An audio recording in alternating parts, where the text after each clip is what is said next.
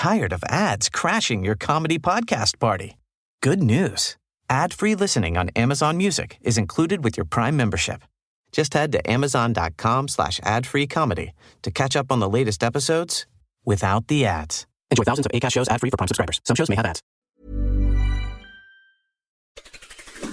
It's Saturday the 6th of January. I'm Ciara Evans, and this was a week that saw preparations begin for a general election, rising tensions in the wider Middle East, junior doctors start their longest strike in history, and a teen sensation rock the darts.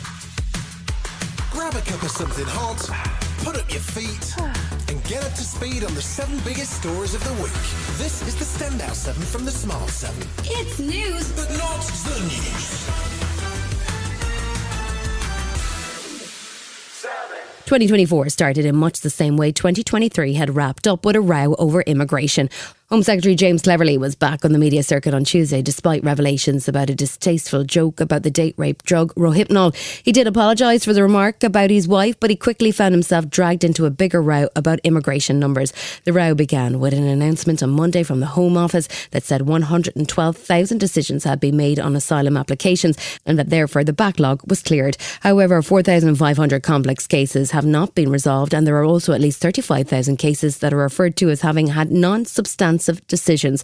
Labour called the claim to have cleared the backlog a barefaced lie, and Sky News' Kate Burley wanted to know why the government didn't act sooner. You should have got more caseworkers earlier, shouldn't you? Well, look, we've seen it worked, so now we know it works. Yes, it's going to stay in place, and as we process applications in the future, we have now got the larger number of people and a better process. Labour's Darren Jones was warning as an election looms that this won't be the only claim the government makes based on questionable data. I think this is the start of what we're going to see a lot of this year from the Conservatives, which is salami slicing data to try to suit their general election narrative. They've claimed they've reduced these numbers, but 17,000 applicants have gone missing. I mean, what does that even mean? Where are they? And speaking of elections this week, it began to look more likely that we're set for a general election in 2024 as serious manoeuvring gets underway in what feels like the beginning of a political campaign season. Wednesday saw the Reform Party hold a press conference with leader Richard Tice, but without Nigel Farage, who apparently has not as yet decided what role he might play in a general election campaign. Liberal leader Ed Davey was also warming up a campaign slogan offering a Tory removal service and calling for an early election. Labour's Shadow Cabinet Office Minister Nick Thomas-Symonds says ethics and integrity need to be central to government. This government has denigrated the sense of public service, and we only have to think about what they've done to standards in public life. So what you will find Keir talking about is a new ethics and integrity commission to really be properly independent and robust, an indication from Keir for how he is going to restore that integrity to public life. Labour leader Sir Keir Starmer was in Bristol on Thursday making a New Year's speech that was intended to set the tone for 2024. Starmer was focused on just one thing: how Labour would be different and better than the current Tory government. He says he's prepared to fight fire with fire and outlined his new plan to clean up government and reset after 13 years of Tory mismanagement. We need to clean up politics. No more VIP fast lanes. No more kickbacks for colleagues. No more revolving doors between government and the companies they regulate. I will restore standards in public life with a total crackdown on cronyism. And with shades of his inaction man label that stung Rishi Sunak during the autumn, he stepped up his calls for a definite election date as soon as possible. Well, this is a serious issue for the country. If he can't name a date, then effectively he's just squatting in Downing Street, holding the country back with his dithering and delaying. Prime Minister Rishi Sunak appeared to respond directly to the Labour leader's speech on Thursday as he clarified for the first time that we can expect a general election in 2024. Even still, he was refusing to be specific on dates, instead using the announcement to recap on his ongoing to-do list and pledges. My working assumption is we'll have a general election in the second half of this year, and in the meantime I've got lots that I want to get on with. With Labour remaining far ahead of the Tories in the polls despite Rishi's numerous new plans and U-turns, it could be an uphill battle for the PM to retain his seat in Downing Street. And with other parties in the mix chipping away at disaffected Tory voters, Rosie Campbell, Professor of Politics at King's College London, said that the Reform Party posed the greatest danger to the Tories. I think the key thing is that how they're going to divide the Conservative vote, because already they're taking away votes or supporters from the Tories in the red wall constituencies that they would really dearly like to hang on to. So I think that's going to be the main factor, and I think that they can have that impact with or without Nigel Farage. There's been no pause in hostilities in Israel's war on Hamas over the Christmas and New Year period, and Tuesday evening saw an Israeli drone strike hit a building in Beirut, killing at least 6 people, including Salah al-Harouri and the deputy chief of Hamas and one of the founding members of its military wing.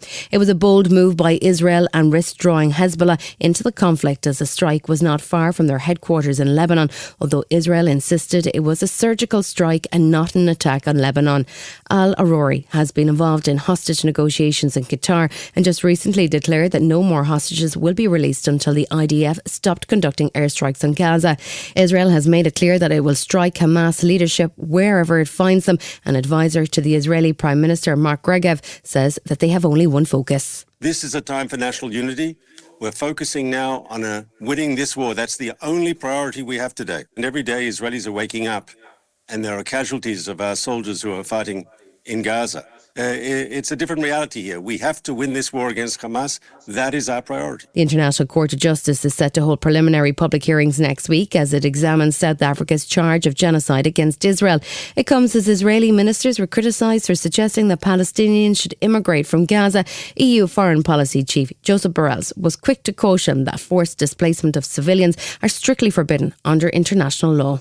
Meanwhile, the Israeli strike on Lebanon, which saw the killing of the deputy leader of Hamas, drew a warning from Hezbollah leader Hassan Nasrallah that the ongoing conflict will lead to a weakened Israel. And Palestinian political activist Noor Oda says that there could still be more extreme reaction from the Lebanese group. I don't think that we are going to see a full-out war, as some might fear.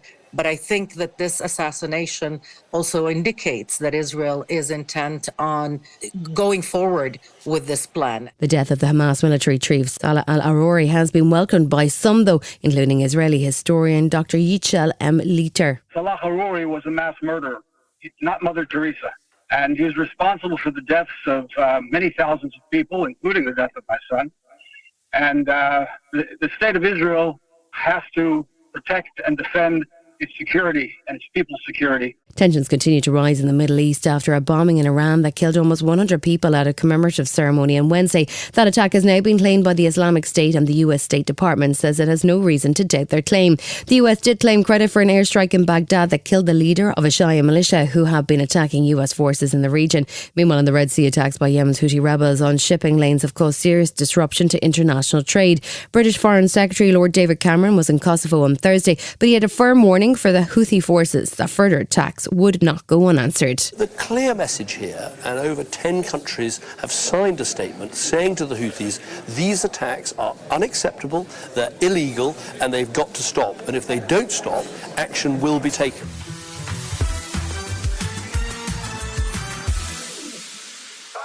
Wednesday saw day one of what could be the longest strike in NHS history as junior doctors picked up their placards and headed back to the picket lines.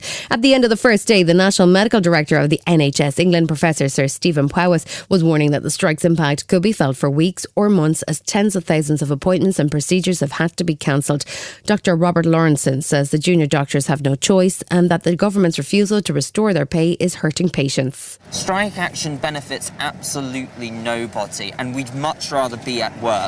But the fact of the matter is, with year-on-year pay cuts, the government's just driving doctors away. The Health Secretary, Victoria Atkins, didn't exactly win the strikes over when she referred to them as doctors in training before Christmas, and the government has refused to even begin any negotiations while the strike is ongoing. Preliminary talks in December didn't reach any agreement, but Atkins says calling off the strikes has to happen first. It's going to have a huge impact on our health system, and my ask of the Junior Doctors Committee is to call off these strikes and get back round the negotiating table. Thursday saw day two of the 6-day junior doctor strike as a row developed over so-called derogation requests, which can require junior doctors to return to work in extreme circumstances. About 25 requests have already been made, with the BMA rejecting most of them. But Prime Minister Rishi Sunak gave the use of the request his backing, saying the strikes are causing an enormous amount of concern. The government, however, is still refusing to negotiate until the strikes are called off, and former Health Secretary Steve Barclay got a bit tetchy about it with Susanna Reid on Good Morning Britain. They've said they want to negotiate, and each time they've come into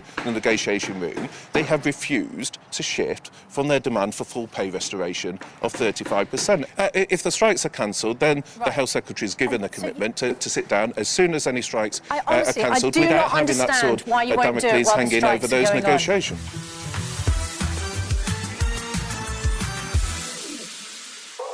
Across Christmas and the New Year, Russia resumed its wave of brutal air attacks on Ukraine. This week has seen wave after wave of missiles and drones launched, doing damage and causing casualties in cities across Ukraine.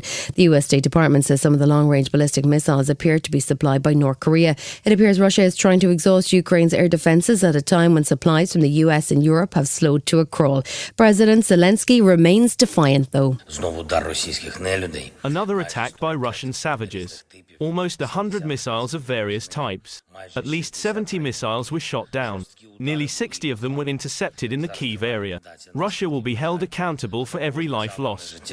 There was some good news from the Ukraine on Wednesday as the largest prisoner swap of the war so far was announced. In a deal brokered by the UAE, some 200 prisoners on each side will be returned, including some of those who fought in the siege of the Azovstal steel plant in Mariupol. There's still no sign of movement from the US Congress on any aid for Ukraine, and as Russia continues its wave of missile attacks, the home of Ukrainian MP Kira Rudik was struck and partially destroyed. She says it's a living nightmare at the moment. It felt like Armageddon, honestly, because the attack did not stop. It was continuing over and over up until our air defense systems took down all the missiles. You know, right now in Ukraine, when you're going to bed, you have no guarantee that you will wake up at night. Still to come on the Standout 7, a teen dart sensation faces his biggest test and a lucky escape in Japan.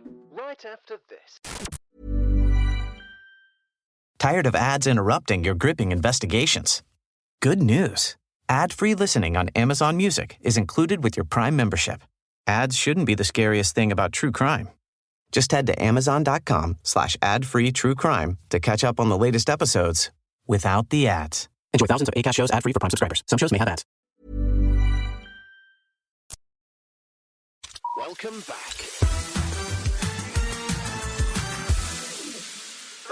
It's been a tough start for 2024 for Japan. New Year's Day saw an earthquake in the Sea of Japan which caused destruction on the Noto Peninsula and led to shock waves that were felt in Tokyo, which is about 200 miles away.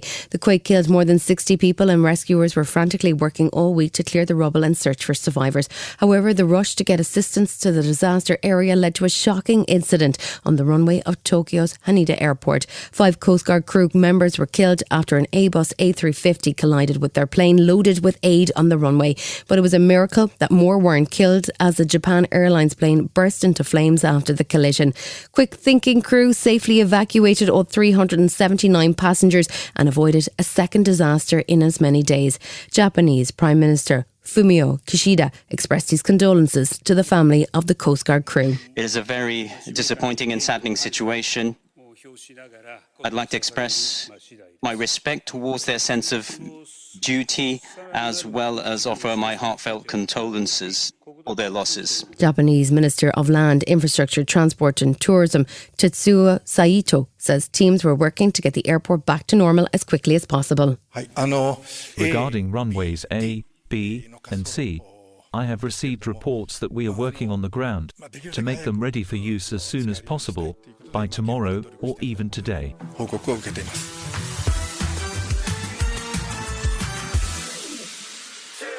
It's been a while since we had a proper sporting sensation, but the world of darts has delivered in the last few weeks. Luke Littler is a 16-year-old darts sensation who's been on an incredible run, so much so that for the first time in many years, darts is front page news. He faced Luke Humphries on Wednesday night in the final of his first ever World Darts competition, but it was a step too far, with the new world number 1 Humphries winning out. He had nothing but praise for his young opponent though. Luke has been an unbelievable talent, not just about the dartboard. He has been fantastic. All the media, he's come about with him.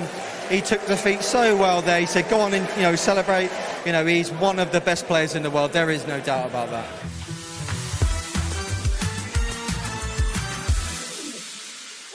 This weekend sees the Golden Globes take place in Beverly Hilton Hotel, and Barbie is leading the charge with 9 nominations. But there's been controversy over the Oscars, who don't announce their nominations until January 23rd. The producers of Barbie have been pitching it for an original screenplay nomination, but because it's based on a real-life doll, they've had to switch to adapted screenplay, even though it's an original script. Margot Robbie explained to The Hollywood Reporter this week how she made the case for the movie in the first place. Pitching it, I was like, if you pair, like when you pair Spielberg with dinosaurs, what do you get? $1 billion. You pair Greta and Barbie, we're going to make $1 billion.